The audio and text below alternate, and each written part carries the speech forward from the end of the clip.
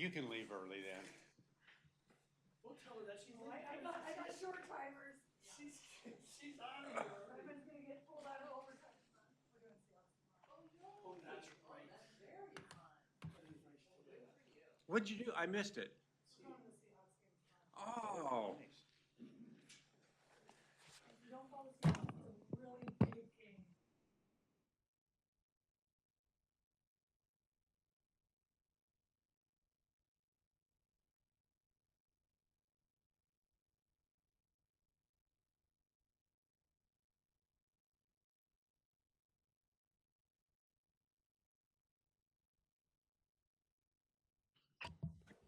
We're good to go?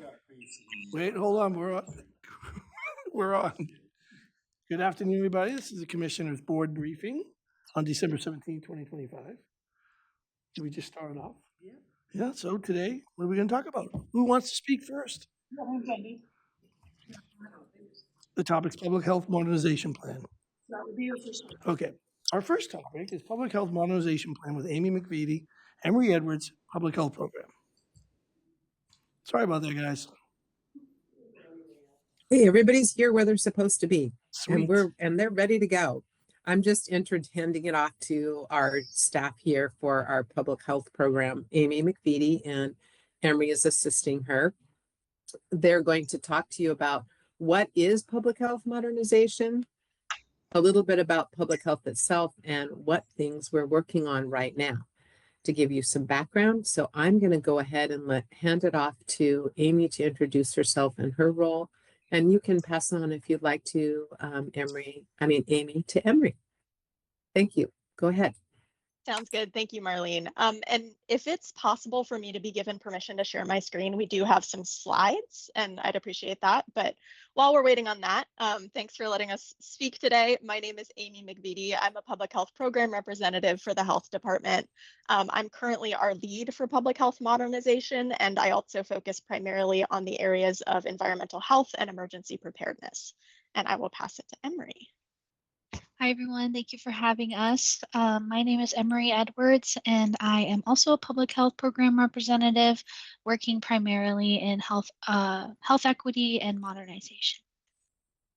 Great. So like Marlene said, we'll be talking today about public health modernization and presenting parts of a public health modernization plan that we are submitting at the end of this month. And we'll talk a little bit more about what that looks like and what we're looking for today. So to start with, public health modernization is a statewide initiative started by OHA and the state legislature intended to create a modern public health system. What that means is a public health system where everyone has access to the same public health protections, the same services, and the same potential to live healthy lives.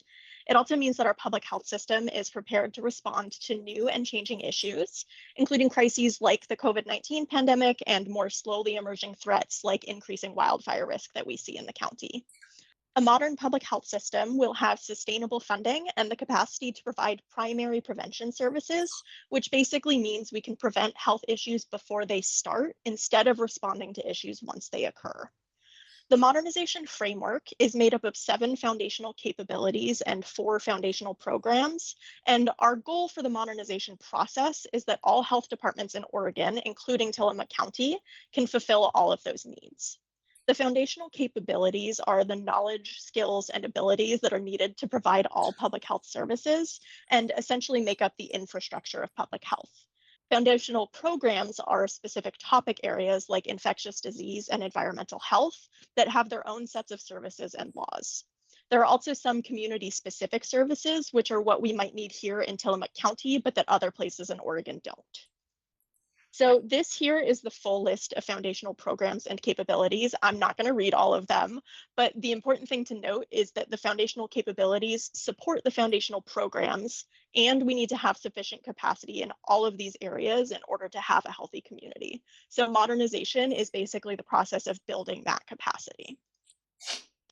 The reason that modernization is important is because it builds stronger and more coordinated public health systems so that state and county health departments like ours can plan together and share responsibilities.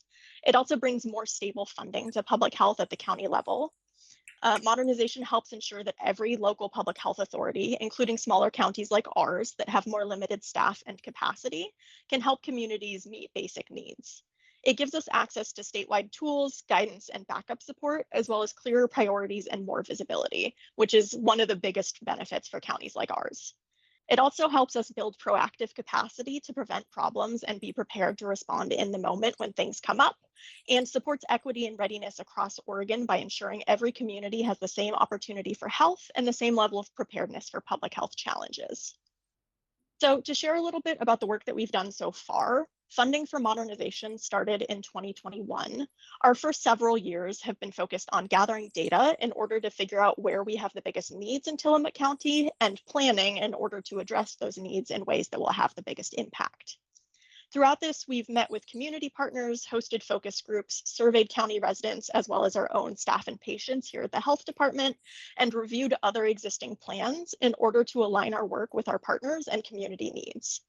This process has led to the creation of 3 program-specific plans, which we submitted earlier this year. These plans included a health equity and assessment plan, a natural disaster and health adaptation plan, and an all hazards plan. These plans translate all of our findings from our data collection into specific actions that we'll be taking to improve community health and close gaps. Those findings also support our overall modernization plan, which brings together information from all of these plans and assessments and will be submitted at the end of the year. We'll be presenting part of that plan to you all today. Throughout this process, we also found opportunities to start implementing what we found. For example, in 2023, we found a gap in community knowledge and data around well water, so we were able to provide a pilot program to test well water across the county. We also hosted an emergency preparedness summit in 2024, which brought together partners from across the county and state to develop a shared vision of emergency preparedness in the county and strengthen collaboration. Starting next year, we'll be working on implementing our overarching modernization plan and continue integrating modernization principles into our work across the county. So that overarching modernization plan that I mentioned is required by OHA to be submitted by December 31st. We partnered with a contractor, Reed Group, to create this plan, which is a long-term guiding document for integrating modernization principles into our work as a health department. It focuses a lot on our historic accomplishments and current processes, discusses how public health works at Tillamook County, and as well as how we plan to improve that work in the future. It provides a vision of how to achieve a modernized public health system in Tillamook County. So this document is pretty similar to a strategic plan. It's aligned with other plans and goals, both internal and across our partners. We included here a list of those other sources that we consulted while creating this plan, which includes our own assessments, historic documents, discussions with our own staff, and other existing plans like the Community Health Needs Assessment. Since we don't have time to share the entire 60-page plan with you all today, we did want to highlight some of the most important and relevant areas and what work we're planning to do for the next several years. Thank you, Amy. Now jumping into the 3 areas that we decided to highlight for you all. I just want to highlight that we have split this presentation up into key accomplishments and future directions for each capability, but in the actual document itself, obviously these will be fleshed out, and then you can see other details like challenges and our specific strategies. So jumping right into the leadership and organizational competencies. We collaborated with our partners to create strategies and support collective impact efforts like the recently completed Community Health Needs Assessment. We also spent time developing resources for identified community needs, such as convening our rural healthcare partners for a rural healthcare network program. And we also have been working with the consultant in order to deliver workplace wellness and trauma-informed care training to our employees. Our future directions are based on our previous work and community engagement data. We will complete our strategic plan and create a sustainable structure for workforce development and succession planning. We intend to strengthen our internal processes so that they are more consistent and resilient, especially for emergencies. Overall, in the future, Tillamook County Health Department will further collaborate with county leadership to better support countywide public health efforts. For the policy and planning capability, we were able to engage community members and community partners in the Community Health Needs Assessment and the Community Health Implementation Plan. We were also able to conduct community engagement for each of the subplans, most notably the Health Equity and Cultural Responsiveness subplan. We also have been working to communicate about state level directives, navigate local implementation challenges, and respond to community feedback for both COVID-19 and tobacco prevention. And in the future, we intend to strengthen proactive community policy and planning efforts, building structures and processes that ensure our work is intentional, coordinated, and sustainable. We also hope to increase transparency and follow up around data collection and planning for accountability so that community input leads to visible action. In the same vein, we hope to expand our analysis of proposed policy changes and strengthen our data sharing agreements with our key partners. And finally, our health equity and cultural responsiveness capability. We were able to create and embed equity into organizational practices through our internal Access and Wellbeing Committee. This includes things like embedding equitable and accessible review into our workflow for developing policies and procedures.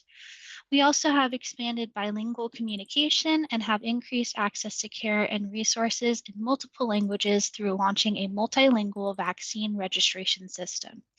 We also launched care messaging in English and Spanish, and we integrated plain language standards into our communications practices. In this last funding cycle, we were able to establish a school-based health center with Nehalem Bay Health Center and Pharmacy, as well as a countywide dental sealant program. We launched virtual psychiatry options for our patients as well. In the future, we hope to increase knowledge of health equity and equitable service practices among our health and social service partners in Tillamook County. We also intend to support and expand the local workforce of Spanish interpreters in our community. And in the future, we hope to work across disciplines and sectors to collaboratively improve service delivery and be more responsive to our community needs. So I know that was a lot of information. We have some questions for you all to reflect on, and we are also available for you to ask us any questions you may have. The first one we have is, what do you consider the key strengths and key accomplishments of Tillamook County Community Health Centers and Tillamook County Public Health? And what is one thing you'd like to see included in the modernization plan? And finally, are there priority areas you'd like to see public health address in the future? Thank you. Thank you very much. Commissioner Bell, I'll let you lead. Thank you. Well, thank you for this presentation. It's really terrific work, and it's exciting to me. I'm proud that Tillamook County is producing this kind of work and is committed to this kind of work. It's really it's wonderful. I applaud the accomplishments, and I like the goals, and I don't think I'm prepared to answer the questions right this minute, other than that I can say that to the first one, I think some of the key strengths and accomplishments of the Tillamook County Community Health Centers are just what you outlined. The commitment, the dedication to serving everyone possible and meeting them where they are. And I think our community benefits from that in myriad ways that we could point to, but they're it's vastly improved over I have an old school perception in my mind of what public health used to be, and I think that it's dramatically improved from that. And I'm just grateful for your work. And as for the second and third questions, I haven't spent enough time with the modernization plan to give you thoughtful answers to those. So I'd like to spend some more time and circle back via email, or maybe we could meet again in the future if I have something meaty to ask.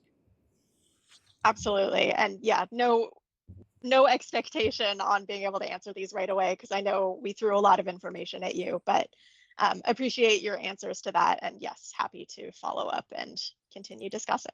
Thank you. I will echo you, and also I lost my voice there for a second, so I was afraid I wasn't going to be able to talk.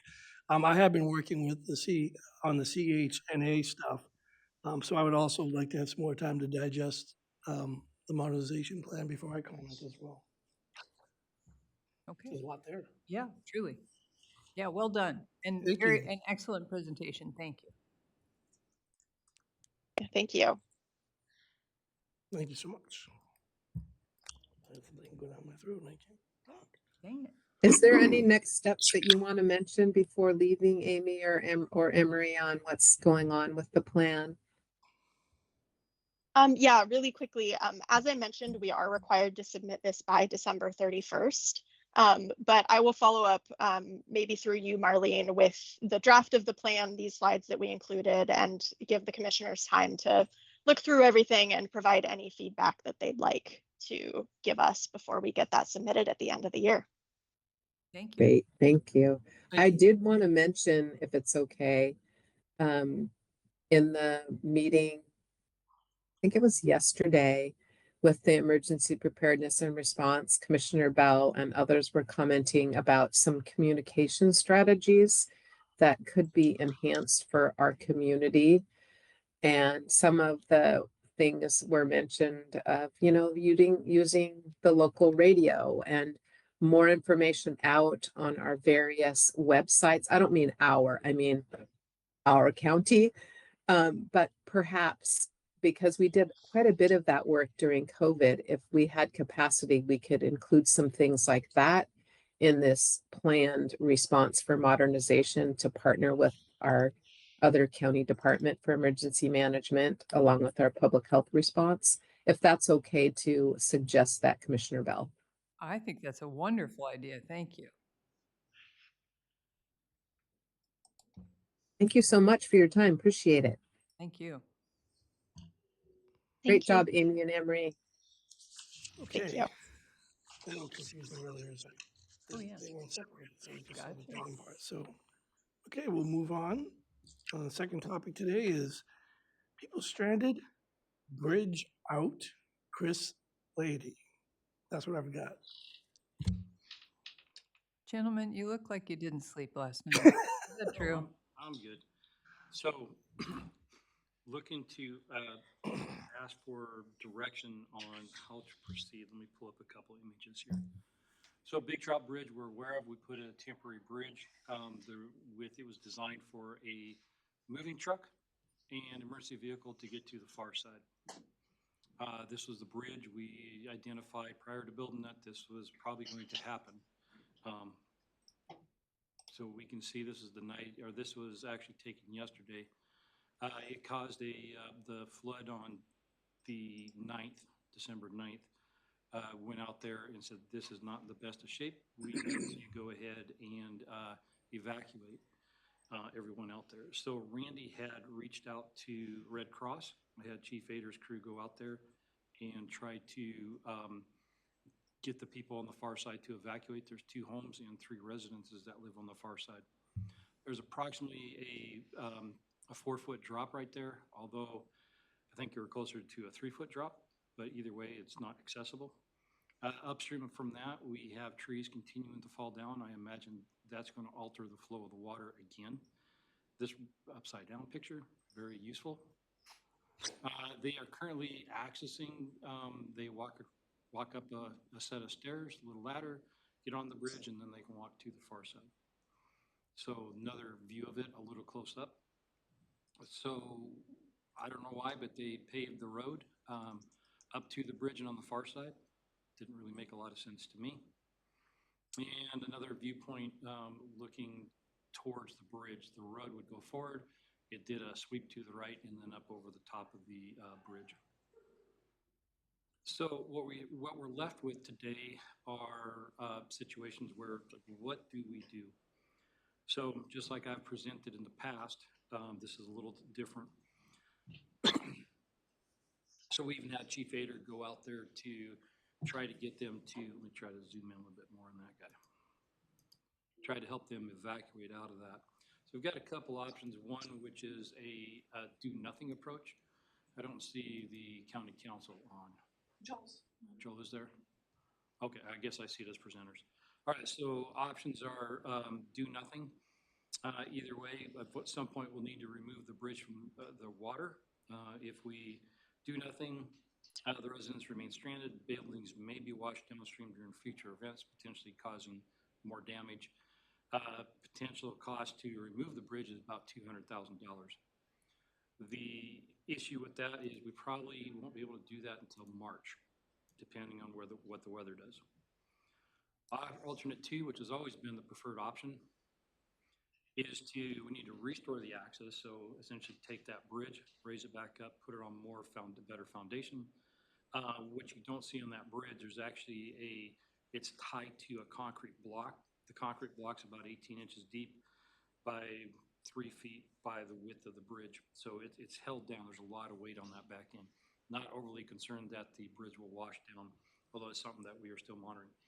So to buy out the affected properties, we would need to restore temporary access, about $400,000, relocate the residents, buy out property, and demo the buildings at $1.9 million, estimated cost at 2.3. If you recall, we worked really hard to try to find some grant money and alternate funding sources going through the legislative session, ODOT, to try to secure bridge money or any money to buy them out. We have not been successful with that. A couple of the original alternates are still potentially viable. One is to construct a new route that drops down to right off of Highway 22. It's going to require 2 bridges and a road across a marsh. The house could still wash out, second house could be at risk. We still need to restore access, and total cost of that is about $5.9 million. Unknown if we'll get any financial assistance. Build a single lane downstream. We could build it again just a little further downstream from where it was. The river continues to migrate, which causes a lot of uncertainty. To build the new lanes, about $6 million. A new bridge is going to cost about $6 million. We still need to restore access. That gets us about $6.4 million. So funding available, we have about $2.8 million that we can, throw at Anderson, that we can throw at this project. Wilson River Loop, as it sits today, temporary fix on that could be about $500,000, or we can wait to do a full repair, which is going to be about $3.2 million in that ballpark. We've got better numbers on Wilson River Loop than we do on either of these two scenarios because of the Shiloh levee. So we've got really good information that we can come off of for that for building a base. The numbers that we've taken here with the alternatives, the new bridge or a alternate route, those are pretty good numbers too. They were engineered alternates back in 23, so I've inflated those, but they come from good solid numbers. The cost to restore access is a little bit more uncertain, and the cost to remove the bridge from the water is a little bit more uncertain. In the meantime, I'm not entirely sure how to fund anything. Certainly we can get 400 grand in there to restore access. The problem with that is, since we restore access, another rain event can come in and blow out that access again. We definitely want to wait till the water drops, which who knows when that's going to be. We could be looking at March, we could be looking at February. That's uncertain. So, Chief Ader, talked to him today. He is still, he can still bring his whipwater rescue out there to get them. They won't do that at night. And Randy had been involved early on when we were trying to evacuate them the first time, and then Yeah, I contacted Red Cross, and they were set up to put them in a motel and give them some vouchers, but that's not long-term. That's just for a few days, but then they would meet with them and try to help them out. But it's a very short fix at what, Red Cross can do to pull them out and house them. And I've refused that every time I've offered it to them. Okay, I spoke to you a little bit about this, because I am way behind Right. on the information here. So I may ask a few questions if you don't mind, so that I can understand. And I apologize for all you people that have been doing this. Who originally built the original bridge that was there before this temporary bridge? So what was there prior was a railroad bridge. And who installed that? County installed it. Prior to that was another railroad bridge. County installed that. So the bridge is a county bridge, but it lies on a road district easement. So the land was donated by the property owners to a road district. It's the only road district we have out there. And the land is actually partly owned by private property and partly owned by the road district. The district's like 10 feet wide. The bridge doesn't sit. The physical bridge is county. So when we built that temporary access, we acquired an easement to access across the road district's property, which is where the road is, and then across the, and I'm see if I can't find the map to kind of provide a little bit better information here. Got a lot of, So let me just ask you a quick question, because I've asked this before, and maybe I don't remember the answer. Why is there a distinction between a road and a bridge when there's pavement on it? Like, if the road can be removed from the county system, or in this case, even though we laid the railroad corridor, why is that still our responsibility when it's surrounded on either end by a road district? Why didn't they assume it since it's a continuous road? so the roads, so most roads in the county, they're easements across private property, which allows us to vacate our rights across it. So when you get into those type of scenarios, I'm going to stop sharing while I'm scrolling for a better image. So we can vacate the roads because we don't actually own the land underneath. So we vacate our rights of right-of-way from the public. So the public, they reverse back to the ownership of underneath it. So when you look at a bridge, the bridge is physically owned by the county, just like Curl. The physical bridge is owned by the county. So when you get to the far side, in this particular situation, it lands on county right-of-way. So there is right-of-way that takes you from Salmon Drive down to the bridge. So the bridge is partially in county right-of-way. Mostly it is in the road district, property owned by the road district. So it's kind of like having a county house on private property. Kind of, yeah, House, yeah. it's different than the property. It's a good analogy. Okay. We've talked a little bit about, my other question is, I mean, these numbers seem ridiculous. It seems ridiculous that I'm not even sure, I mean, granted, if the bridge was decent, the property on the other side would be worth more money, but I'm really struggling where we have major thoroughfares that we need repaired, and Cost so much less. that costs less, but I can't imagine, I mean, so I guess I'm gonna look to Joel for here is, I don't understand how we have to continue, like, is there a legal standing that we have to, like, when it becomes untenable for us to keep this route open, we can't just condemn the bridge and say we can't afford to fix it? I mean, and we offer them a decent value of the property. I guess I'm really confused on why we're even looking at this, because and again, I apologize that I haven't been involved for years. We haven't actually gone the buyout. No, We haven't got that. we've tried to go after We grants. tried to get money, but we haven't said county funds are gonna buy this property. And none of this, and because the state doesn't declare the state of emergency, we can't get any funding for this bridge from that, or FEMA money. Can I fill that? Please. I talked with the state and, That's why you're here, Randy. yeah, that it looks like a few other counties have jumped into the bandwagon. What we have to do is meet the state threshold before the governor can send it off to FEMA for a federal grant. We just did. But With these numbers, aren't we beyond the threshold? Our threshold, the county, but then that allows us to send it to the state. And then once the state reaches a statewide, then that's when they send it off to FEMA to start bringing in federal dollars. But we've done this, correct me if I'm wrong, we've done this whole thing before. Correct. Where we were in a bigger disaster, we did meet the threshold and they still said no? The county didn't, the state did not meet it The state didn't meet the by threshold. $200,000. So we've done this already, What is the threshold? with the last Uh, emergency. It was 7,000 last year. It should be, I'm guessing, million. I'm guessing right around 8 million. That's the county threshold, or is that the state? State. State. Well, We're close. we right have now. two other bridges that have undercut, we have undercut. We're way roads. over the counties. We're close to no, meeting the state. That's what I'm saying. Are we close enough to the state to kind of to pull that lever? Because it feels like when we're looking at these numbers and we're looking at Wilson River Loop and we're looking at the other two bridges that you say are starting to get undercut. And then I think if we actually put a little more time into looking at every single road, Fraser, every single thing that's been undercut, every single road up north, everything that's been done, what happened, McDonald Road has to have some damage from that much water being there. like, I guess I'm at the point where I can't even think about, well, first, we don't have the money. So that's not possible. The only way we would get the money is to get some help from the feds, and then whether or not we build. At that point, we go to the feds and say, we can build this bridge or we can buy them out. And I don't know if we can use that money, because usually, typically FEMA would like to see, just like they're trying to do with the buy-up, is get rid of that liability. So they would rather not have another bridge there for two houses, I would imagine. Right? Because the liability of having that bridge there continues forever.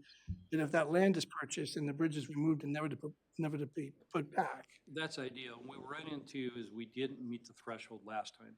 So if you take into account this one right here with a buyout and the restoring property, you're over 2 million.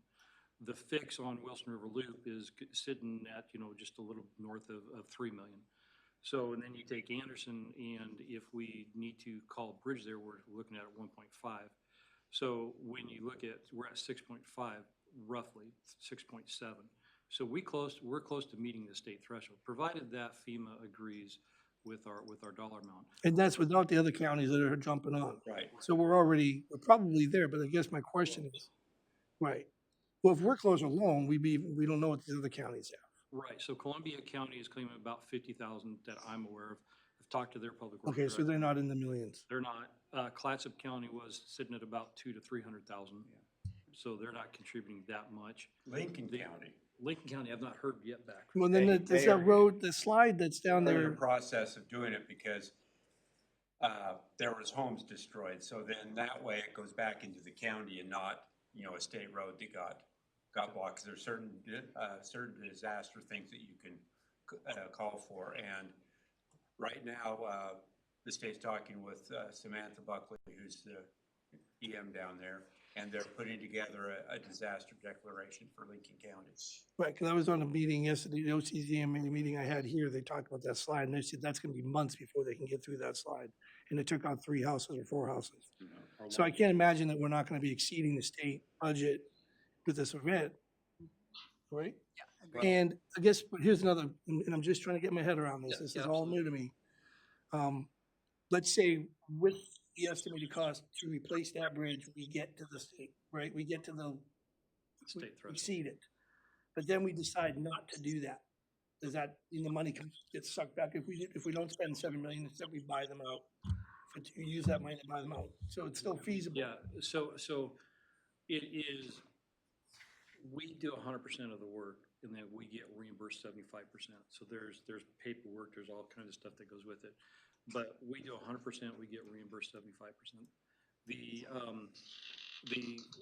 Whatever the actual cost is, what the actual cost. If we decide to go a different route, then obviously we don't spend that much money.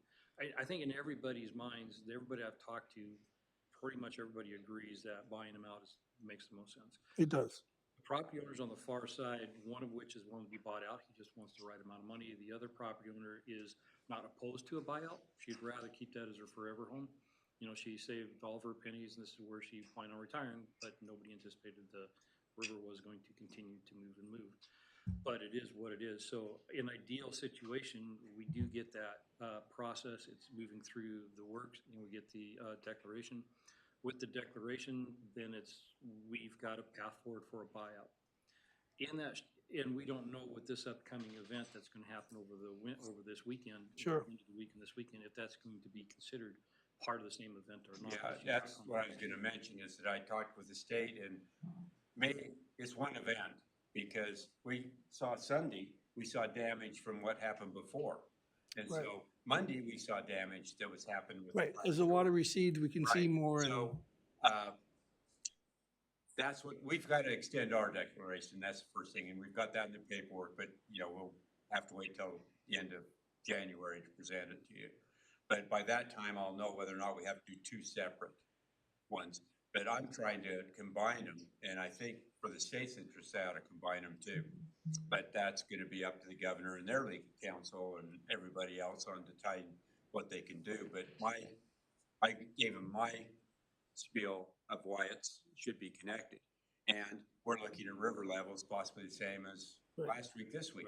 So to me, this is an ongoing thing. The storm before loosened the trees. The wind this time blew the trees down because they were loosened before. It's all intertwined together.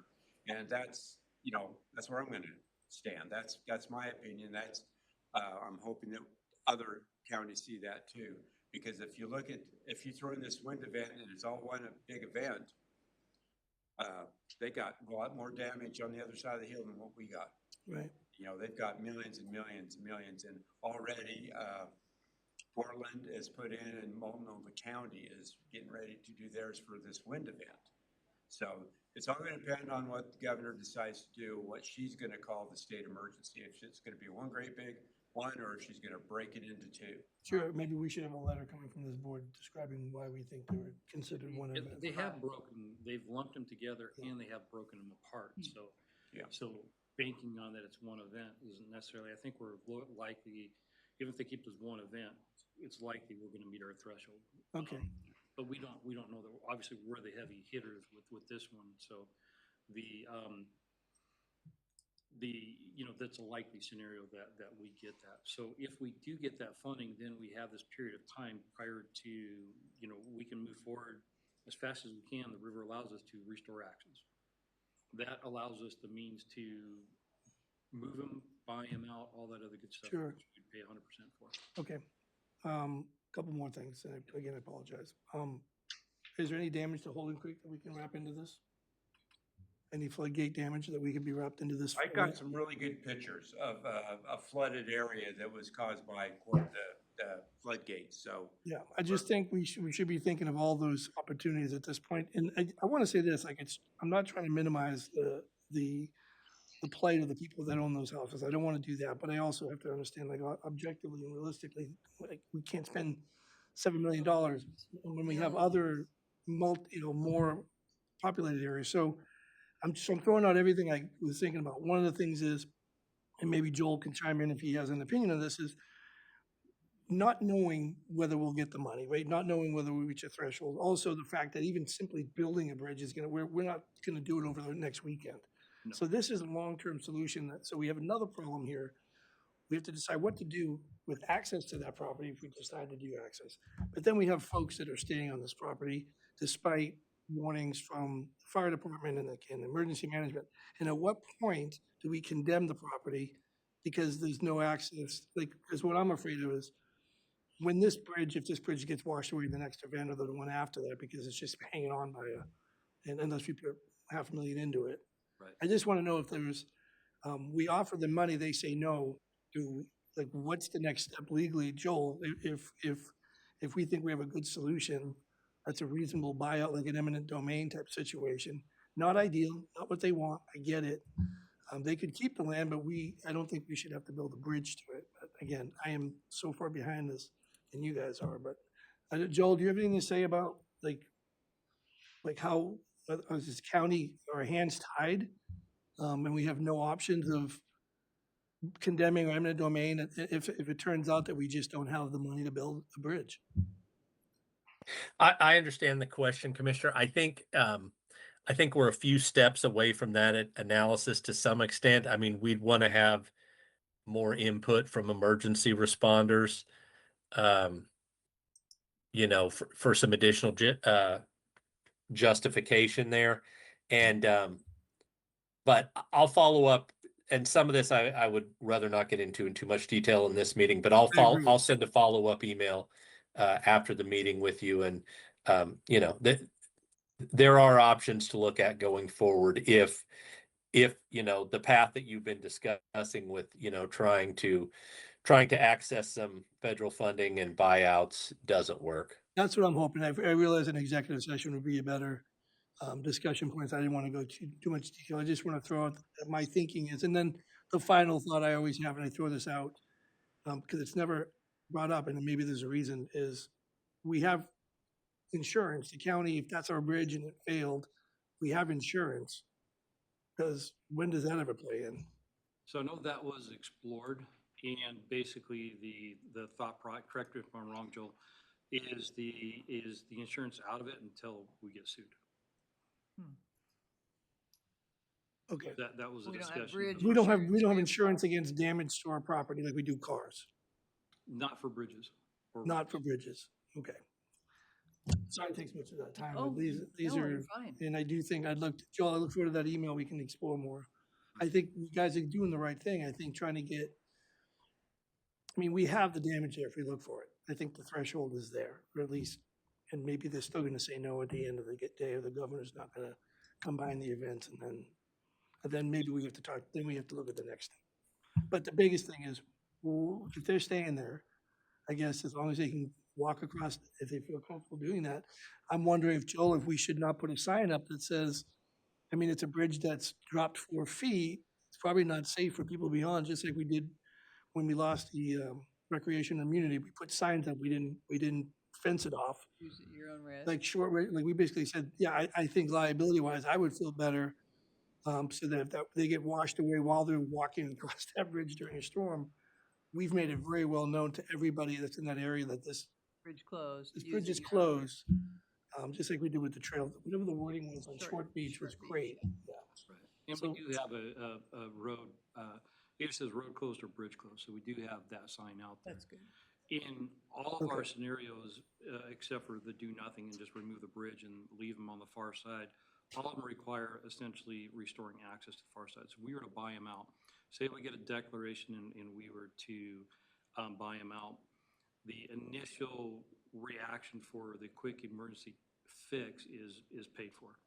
And then the longer term fix would be buy them out, remove the bridge, which will probably take a couple of years to get through that process, which is kind of what we're hoping with this bridge would last, but it didn't, is say that got funded, we're a couple years out for that process, we can probably generate the cash for cash flow in order to do that. I can't do that, I don't have the cash flow.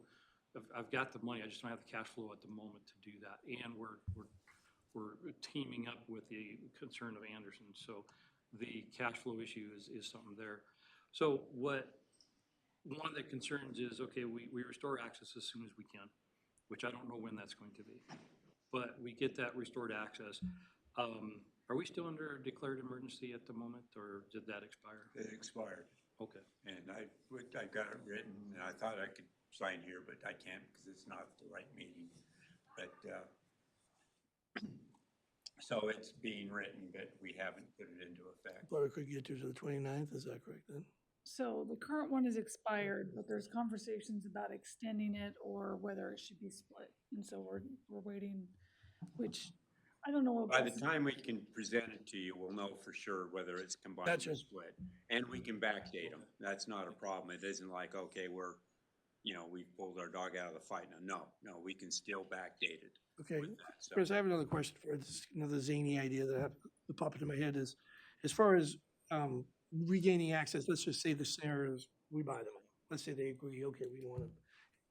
Why do we have to build a bridge? Can we not do like a floating bridge like they did? Like they were in World War II, they were driving tanks across bridges that were floating.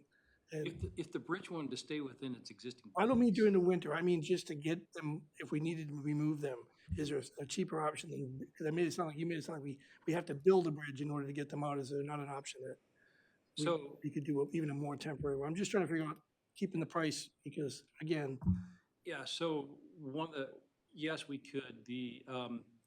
What's out there was an 89-foot bridge. It's now a 110-foot bridge that's dropped. We've probably lost another 10 feet on the far side. So we've gone from an 89-foot and we're moving up to a 140-foot bridge. Or we jack up that one bridge and just add a bunch of rock underneath it and then try to rock the bank and fill it. That's still going to be the cheaper option at $200,000. and again, I'm not saying that this is going to be a permanent fix. I'm saying, In all scenarios, all of those scenarios are temporary fixes. So the floating bridge, so the 80-foot bridge, the modular bridge that we had back then, that we have 80 feet sitting in the yard. The materials on that was about $284,000, something like that, which we got reimbursed already, so that was good. Those are essentially the same as the floating bridges. Those bridges were sat in World War II, essentially on pontoons. right. And during the summer, we wouldn't even need to do that because it just doesn't flow that much during the summer. Okay. But during the winter, it gets a lot. It comes out of a little slot canyon and then it just does whatever it wants to do. So whether we do it in the summer or do it in the winter, it's still gonna need to happen. The question is, how long do we delay giving them access? Right, so we've got 3 people on the far side with no access today. Not entirely sure when we can do it, but having the ability to take advantage of a break of the weather, got a contractor on board to say, okay, now we can go, makes it convenient to do that under a declaration that's similar to that. I've got Chief Ader on the phone if you want to hear him. I mean, I'd like to hear what Chief, and again, I'm just trying to, and I sound callous and I Hey, don't. Chief, don't wanna sound callous. I got you on. Yeah. I was gonna text you, but Yeah. I had another call. Hey, Chief, I got you on speakerphone in the board meeting with the commissioners. Hi, Chief. Okay, I did have conversations with the residents at the first house, and they flat out would not leave again. I offered to help get them out if they wanted, and they said they were staying no matter what, and we won't cross that bridge again on any rescue. The way it's fallen and the gap between the pavement and the bridge. Okay, Thank you, Chief. that's fair, Chief. And I guess that's where my question is at this point, like, we're trying to find a good solution for them. Right. But there's an immediate, as a firefighter, EMT, water rescue guy, I was gonna say, I don't like the idea of sending my volunteers and his personnel across a dangerous thing because someone chooses not to leave. Like, there's a point when we have to say, we're advising you this is dangerous, we cannot save you. It's like being in a fire. If someone wants to stay in the house and burn to the, I mean, this is horrible, I sound callous, but I don't know. I'm concerned about leaving them there. And I appreciate the chief being honest and saying he's not gonna send anybody across that bridge, and Rightfully so. I appreciate that thought process. These folks might have to just leave their belongings until we figure this solution out. And if they need to get a helicopter, I don't know how else they're gonna get rescued, but I'm not, Let's ask Joel what our legal obligation is to the point you just made. If We cannot rescue people and they refuse to leave, yes. what is our immediate legal obligation? And is Chris's number one option, I know it's not your first priority, but it was the first one you presented, the do nothing option, is that legal? So, Commissioner, I'll follow up with an email with you as well. Some of this I would rather not get into in this meeting, but I think as far as, the viability of rescue, I mean, that's a decision that would be made by Chief Ader and his team. Right. So much more to look at with this. Okay. I think. Thank you, Joel. Sooner than later. Yeah, so then the next question with that is right now we're going to assume a declaration is going to be made. I think based on the new information that I received from you, that was new for me. That sounds like that's very likely we're going to get a declaration. In almost every scenario, except for pull the bridge and walk away, we need to restore that temporary access. So should I begin the process, and right now I would recommend we begin the process of trying to restore access. But we restore access, it could be subject to the next storm event being washed out, just like this one was. December could go on. How many storms could we have between now and summer? Right, and that comes into question, when I was looking at this, I was thinking the most realistic time frame to start this would be in March. Mm-hmm. But that's leaving them stranded until March. And maybe when we start looking at long-term weather forecast, I hate to put something in the ground for another storm event to come rolling through I agree. and destroy everything we just did. Yeah, I mean, my opinion, again, and it would be cheaper to I'm thinking of other disasters. Let's just call this a disaster. The houses are intact, but the access to the houses is not. If their houses were destroyed and the bridge was gone, what would we do? Like, I'm trying to figure this out. Like, is it cheaper to put them into some kind of temporary housing while we wait for spring to happen? It's not ideal.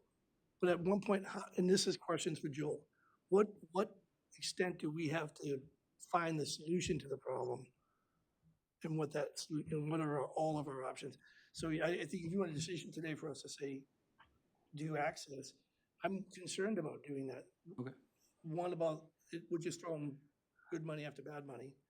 Two, I'm really concerned about them staying there because Chief Ader's a great guy and it's gonna be really difficult for him. if there's some kind of medical emergency on the other side. Now we've got an urgent emergency over there caused by folks just not wanting to leave. And one person, there's two people that live in the first house. That house is the one that's like the river's pointed right at their house. And the river, as it continues to go, will likely, these are the may, potentially continue to chew up the bank and cut its new path through there. You look over extended period of time, the river's been in almost every location on this valley, so it has migrated quite a bit. Currently, the river is poised to go straight at that one person's house. The two people that are closest to the bridge, one is an elderly lady that does have health issues, and he has a caretaker that lives with her. The other person that's back there is mobile, and she walks out of there, she walks waits across the marsh and gets out to her vehicle and goes to work down Lincoln City. But there is definitely a health concern associated with that. But we're not going to send, the Chief Hader's call, and I agree with him, not going to send anybody across that bridge. And swift water rescue really isn't a likelihood. So to me, in my mind, the only true rescue would be Coast Guard helicopter basket coming up out of the ground. Which is Or not a some good other idea for an mechanism. elderly person. So one last thing, and maybe we should wind it down since I don't know if we're gonna get a solution today, but one of the things I would say, I'm just saying this for an example, is as an investigator, when I was a sheriff's deputy, people can cause harm to themselves by not making the right decisions. Absolutely. See, elder abuse can be caused by the person on their own person, by not. And so what I'm seeing here is people refusing to recognize the sheer danger of, because we're not gonna fix this bridge before the next weather event. So we don't know what's gonna happen on the river. And then if they're choosing to stay, is there anybody else besides the fire chief speaking to them? Somebody from senior services, or is there any DHS involvement? Again, I don't know the details of who's living there, but someone should be talking to them and saying, it's not safe to be here. The bridge is not safe to walk across. So their concern, when I talk to them, is they're aware of the situation, maybe not as aware as I think they ought to be, but their number one concern is where do they go? We do have the Red Cross, but it is temporary housing, but that allows for a little bit more long. Well, it would be another agency. It would be like senior services, or Right. we're not getting all the agencies, because we've been looking at this as a weather emergency, but it's really, now it's turning into like a family counseling, like this is, are they disabled? Then they have other rights, and there's other resources available to find housing if they need temporary housing because their existing housing becomes unsafe. I'm not sure if we, and I'm not saying we're gonna do that, but there should be somebody, probably the sheriff, maybe the sheriff's office needs to be looking in this and figure out that we need to try to get the help of some other folks to get these people the help they need. And I can talk and I can talk and educate whoever that person is going to be. Is there somebody I should reach out to start bringing them up to speed and let them make a coordinated effort to? Well, she's not gonna be very long, but I would say Michelle, Detective Raymond would be a good one just to kind of run the concept by. And I can help to explain what my thinking process is here. Again, I just wanna make sure that we don't leave these people to get in Right. in more harm's way. If they're already getting medical care and we need to get them out of there, we can't. And we have to call the helicopter. And the helicopter doesn't have to come. It's not an emergency. Right. It's not. Coast Guard needs permission to come inland that far to do those kind of rescues. One thing, I'll reach out to DHS and see if they are on their rolls somehow, and see if we can pull them into, because, I can get a hold of the caseworker and say, is this person one of your clients? Because there's a problem and we need it taken care of. And, maybe they'll reach out to them and put them into the system. So yeah, the question is there, here's a situation. We have people here, we have people that have that need medical attention or are getting medical attention. The fire department is saying they're not gonna go across there to get them. Right. It's unsafe for their They people to can't, do so. right. Yeah. What do we do? That's what I'm getting at, is we're beyond, some homesteader who's rugged and says, I'm self-sufficient here and I've got water and solar and I don't need anything. I'm growing my own food. We're not in that situation. Right. So then we get into, say we are able to find more of a longer term housing solution. I still need to restore access Oh, yeah. for them to evacuate out. True. So But that becomes a different scenario in the spring, in the summer. if they can last that long, right?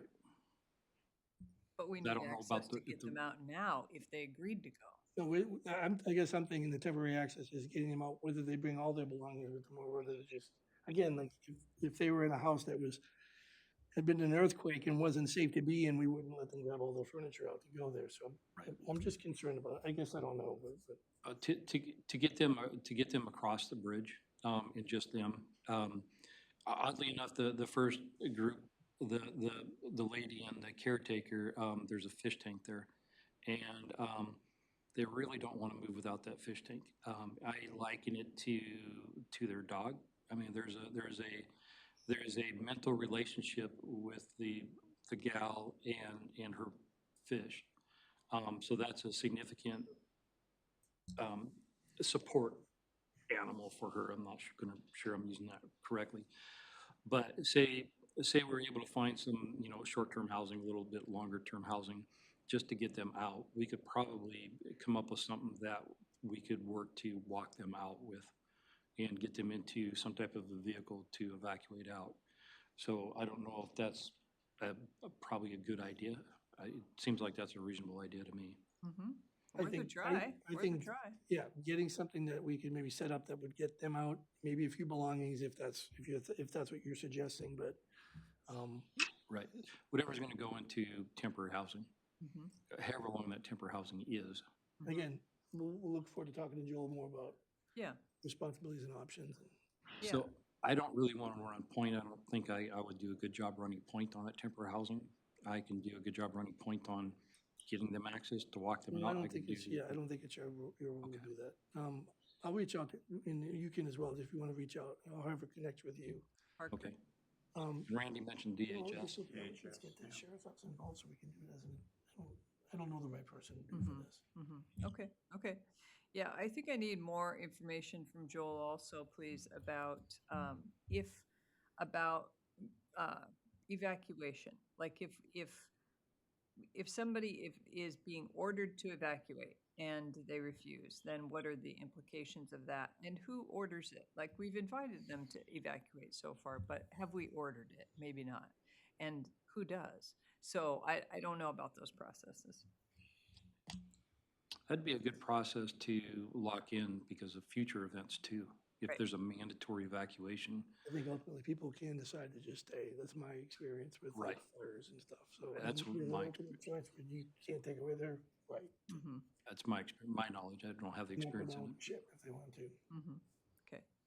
But Right. Paradise in California, and then you look at Katrina, a lot of forced mandatory evacuations, and not everybody did. So is it enough guidance for you today for us to basically see if you can figure out a way of making it at least safe enough to evacuate them if we can? Is there a way to make it safe enough so the fire chief feels safe putting people? Is that something we can, barring the weather, barring more damage being caused in the next 2 days, is that help for today?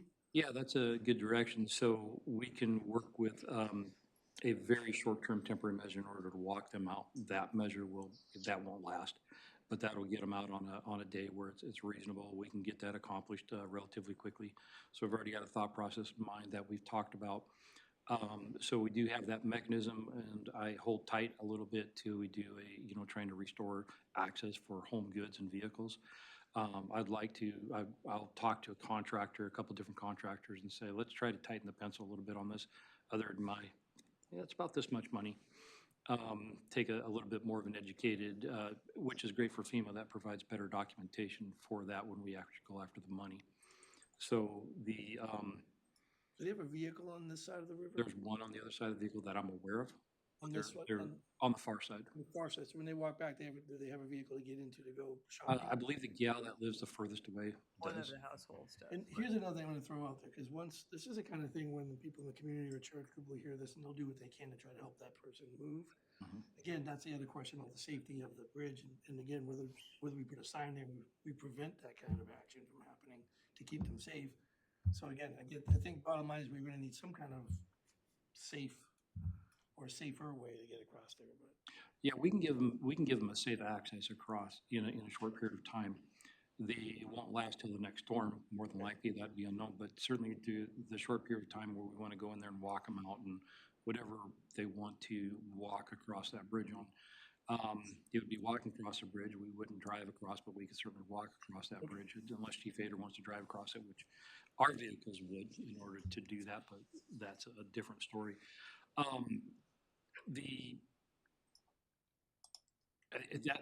That provides that direction in order to make that happen. So I think as far as running point on that, Randy, who's been talking to them and Red Cross and DHS, I think whoever from the deputy you'd mentioned, working with Randy, and then I can work on a short solution in order to get them access out. And then I can work on the mid solution, which is more of an emergency. We won't pull the trigger on that, but the restore temporary access so that the home goods and things can get pulled out. Hopefully through that process, FEMA's already, checked the box and says, yes, we have this. Let's go down the process of getting you to move under an emergency measure. So category B is what I would, try to go after, or A rather, one of the two. Yeah, and then the final trick is that, are you gonna drag them screaming and kicking? No. Yeah. So that's, And if they don't, that's, I think the key for me, and I think whether it's DHS or Senior Services, Northwest Senior Services, they can't force them to leave either, but they'll send, not you, not me, not her, they'll send a counselor, a person who's deals with these situations quite a bit, where folks don't want to leave their home and they need to, whether they have dementia or something like these kind of situations. It's a bridge out, but it's not a safe place for them to be or to be walking across. And sometimes having someone from a different organization that's focused on those kind of things is able to convince them it's really not safe. We'll help set up some housing. Like that's what will come from those conversations, hopefully. To me, it's a better fit than us being heavy-handed and doing that. It's a more empathetic way of saying, hey, you really need to get out of here. This is, right. And they'll get that information from both of you. Like the investigator, the counselor would check with you, find that information, and then try to relay that to them in a way that can convince them. okay, that provided the direction I was after, is how far, how fast, Yeah. if I do temporary, restore temporary access for vehicles, it's not necessarily going to last another winter. If I delay it too long, well, that puts them at risk further. I agree. So it's how far, how fast do we go? And I think I've got my direction. You guys do amazing temporary work. I can tell you that. Well, I'm serious about that. You guys do stuff that lasted this long. I mean,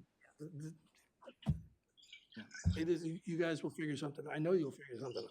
Thank you. And the nice thing about that is that bridge will go back into our yard and we could reuse it for another location. Yeah, exactly.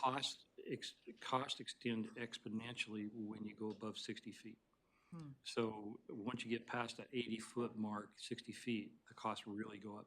And then when you can't access the far side, the costs significantly go up. So if you're trying to do everything from one side, the cost magnified, as opposed to doing a little detour. So when we look at, a bridge running 1.5 million, they're short, simple little bridges, small little detour, 60 foot, most of what ours 50, 60 feet. But you go beyond that, it's very difficult. You're talking about big cranes, you're talking about vehicles that have to maneuver all these things. That's a threshold that just changes everything exponentially. So there's a big difference on this bridge versus all the other bridges we've been doing. Well, and again, I want to reiterate, I appreciate you. I appreciate that we have an inventory of bridge parts. And working on it. I mean, it always ends up that we need them. So. Thank you. Yeah. oh, the other thing we didn't throw in here is the missing roof on Hangar B for our Yes. disaster. Yes. Oh, So sad. So that's, I didn't notice that. I just saw the pictures of right, that. and this that's what afternoon. prompted me to Forward get it. everything going, was when I saw those pictures, I thought, man, we've got to get this nailed down, because they've already had bids on redoing the roof, Mhm. and that's 1 point something. Oh, I'm sure. So I think the county's already met the state threshold. Yeah, the state will probably match, especially if we can combine the two. Mhm. And that's our thrust, is that we can give the governor, 8 point whatever And- million Can I dollars. ask another dumb question? That threshold is not just public damage, correct? Yes. It it's is public. It's just public damage. Private assistance is is completely different. Okay. But because they're a district, No, right, they're public. they're public. Like, same board, Yeah. you're a tree, like, So that's the advantage. That's the same thing, Tillamook PUD just can go gonna in on it because of the same reason. Mhm. So, but you as a person can't, So I wonder if there's any other districts, like sewer districts and other public districts that might, that's school, what we're school gonna find district. out. We're having a, conference Antonino. call. Yeah, we've got a conference call at 5 today. Perfect. And I'm gonna throw that out. I've already got the forms that, for preliminary damage assessment that I'll start emailing out to the people in the know that need to have those. Yeah, like You can just get moving PUD, forward. sewer districts, if they have an overflow and it causes damage to pumps, I don't know. All that water. Yeah. Just to try to get that number. Yeah. And So- while we don't have a board meeting next Wednesday, we've taken votes on things like emergency declarations at the community update call in the past. I remember when we started doing that during COVID, we'd take votes on that call on Tuesday morning if we needed to. That's a, I don't know if it needs to be done sooner, rather than later, but we could. It would be nice probably not to backdate it 2 weeks. Mhm. Thoughts, Rachel? Yeah, I would just say this year, in my experience, is the first time we've ever anticipated an emergency and did a declaration. They're always after the fact or in the middle of. Mhm. So I don't know why we would need to do it ahead of time. Okay, thank you. We're in an emergency, we can, I wouldn't say backdated, but you do an order that establishes we had an emergency. Mhm. What you do is you started at the So- beginning of the weather event, and that's what we did Right. the last few weather events. And even if this one, even if you need to adjust the order to make it one longer event, you can do that or do two separate. I don't necessarily see the urgency to try to put it on a community call, but you could. I was just thinking, does it look weird, does it look like we're disingenuous to not do it until January, which would be what it would be in board meetings? Yeah, I don't think it I've would already be let the January. state know the situation on the board and that we've talked about it and that the decision is that we need to extend it because of the damage, even what we got, Sunday and Monday, Okay, So- what were you saying, Rachel? Yeah, I don't think it would be January. I think it would be the 31st. 31st. Okay, And that's what I told them is that because of the holidays, we're gonna extend it. And that's what I told them that we're gonna do. And so they're aware that that's our process. And if I have to, we'll change that and split it if governor forces us to split it into two. Okay, But I think we've got millions and millions either way, so, I think we do too. so it's, Regardless of this bridge, it's just a good idea for us to do it. I have a honest to God estimate on the Wilson River, the bank issue Okay. right there, the Anderson, I've got a engineer going out there with a survey. The contract is there. It's starting to go through the process. I gave them green light Okay, to go out there and move forward Good. and start doing the work. great. They've worked with us in the past, so there is that, there's that level of trust. So I said, go, we'll get the contract. He's already sent the paperwork. That's going through the process. This one is different. This one is, Mhm. so I'll work with a contractor and try to get a couple contractor quotes and ideas. Say, hey, we're looking for something that we can start figuring out how to go about doing this. It's not a contract. We're just after something that we can use for grant money. Okay. Is what we're after. all right. Thank you, gentlemen. Thank you. Anything else? That was the direction I needed. we'll save it for another time. All right, All right, Commissioner Thank you. Weekly updates, not from me. not from you. Doesn't it feel like it's been a week? Yeah, Y'all have that invite for the 5 o'clock if you want to hear what, people do. And I was surprised, we've got quite a few people who've already accepted it. oh, good, So- good. Okay, Hopefully we're all in the I might have to be gone. It's tonight is the Netarts Fire Department's Christmas dinner. And they're gonna feed me. Take your dog. I will take my dog. Okay, so I have nothing. Staff, nothing. I will adjourn this meeting at 3:08. Okay, thank you. I forgot Chris. Dang. I did, it wasn't on purpose. hope our trip